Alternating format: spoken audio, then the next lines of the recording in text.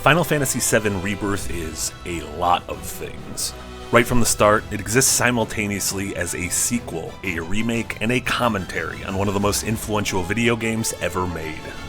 As a sequel, it breaks free from the claustrophobic confines of Midgar to deliver a vibrant and expansive quasi-open world that's teeming with life and unfolds like a genuine adventure. As a remake, it moseys deep into our memories of its nearly 30-year-old source material and breathes new life into the familiar music, characters, locations, and scenarios that RPG fans have dreamt about since the 90s. And as a commentary, it once again doubles down on the idea that there's really no way to be a sequel or a remake to a game of this historical significance without taking a step back and viewing the whole project as a kind of meta-commentary on what it means to revisit a work of this magnitude in the first place.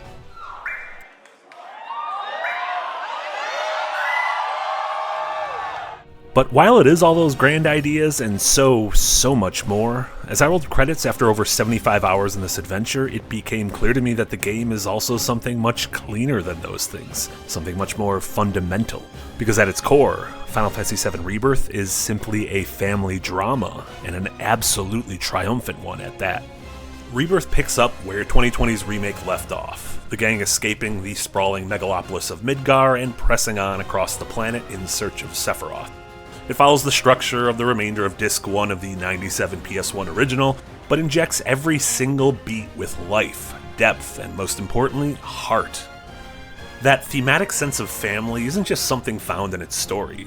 It's woven throughout every single system, mechanic, and quest structure throughout the game. Your entire crew is running alongside you as you explore the world, be it on foot, in the bed of a dusty buggy, or on chocobo back.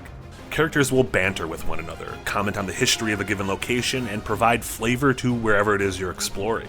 In the right light, you can see the influence of Final Fantasy XV's road trip vibes.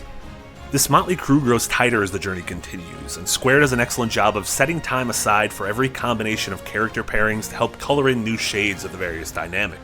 Whether it was Aerith and Tifa finding sisterhood in their pasts, Cloud and Red bonding over the shadows they walk in, or Yuffie annoying the ever-living hell out of Barret, these moments provided fuel for the entirety of my playthrough. Countless RPGs deal with themes of found family. Case in point, in 2024 we've already seen Like a Dragon Infinite Wealth and Persona 3 Reload. Rebirth leans into this during its side stories, which do a smart job of pulling in a member of your party, like Red using his nose to follow a trail, Aerith communing with the planet, or Tifa reminiscing on her life back in Midgar.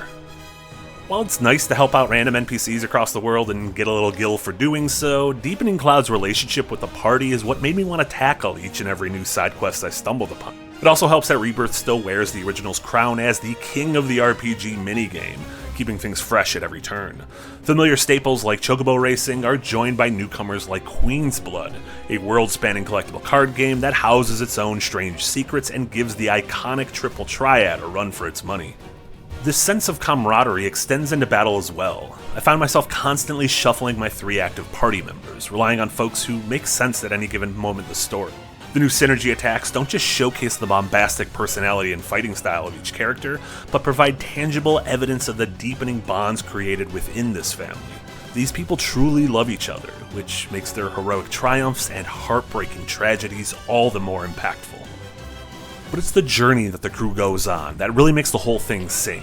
While we're experiencing the world through their eyes, I was also visiting locations that have existed within my dreams since the PS1. The sun-baked shores of Costa del Sol, the spiritual wonders of Cosmo Canyon, and the neon paradise that is the Gold Saucer. For decades, these places had existed in my mind as little more than a handful of pre-rendered backgrounds paired with iconic tunes and nostalgic vibe. But now, they are fully realized spaces crammed with interesting characters, fascinating details, and stunning views. Visiting these places again reminds me of the first time I traveled to Tokyo back in 2013. It was a city I'd seen portrayed in so many movies, anime, and games beforehand, but actually being there in person and experiencing the energy of the city was something else entirely. Rebirth is filled with similar revelatory moments, providing a sensory overload that made me realize just how constrained my imagination of these places had been since falling in love with the game back in the 90s. So, is Final Fantasy VII Rebirth perfect? Well, no, of course not. No work of art is. The open world occasionally janks out, like one of Cloud's Mako-induced headaches, the sphere grid-esque weapon upgrades feel overly cumbersome, and the story sags a bit whenever the focus shifts away from the main party. But these are just minor speed bumps on a long and winding road to the Forgotten City. Like family, Final Fantasy VII Rebirth can ask a lot out of you. The quote-unquote homework that's required to understand every subtle nuance to its story stretches across decades and mediums. I'm not just talking about the PS1 original and the 2020 remake, but a 2005 animated movie, a third-person shooter for the PS2, a PSP prequel, several mobile games that are now defunct, and a novel that wasn't translated into English until last year. Now, because I'm a weirdo, I've spent the past 4 months replaying, rewatching, and rereading everything I could get my hands on, and was shocked to discover that there were callbacks in Rebirth to every single piece of FF7 anything. Is it daunting? Most definitely. Is it a messy way to tell a story? Absolutely. But did it hit me deeply every time I experienced a link to Crisis Core or Traces of Two Paths? Well, hell yeah, it did. I can't tell you what it's like to play Final Fantasy VII Rebirth as a newcomer, or even casual fan of the original. I don't know what it would be like to experience these events with completely fresh eyes. But as someone who has felt like part of this family for the better part of 30 years, Rebirth is nothing short of a revelation.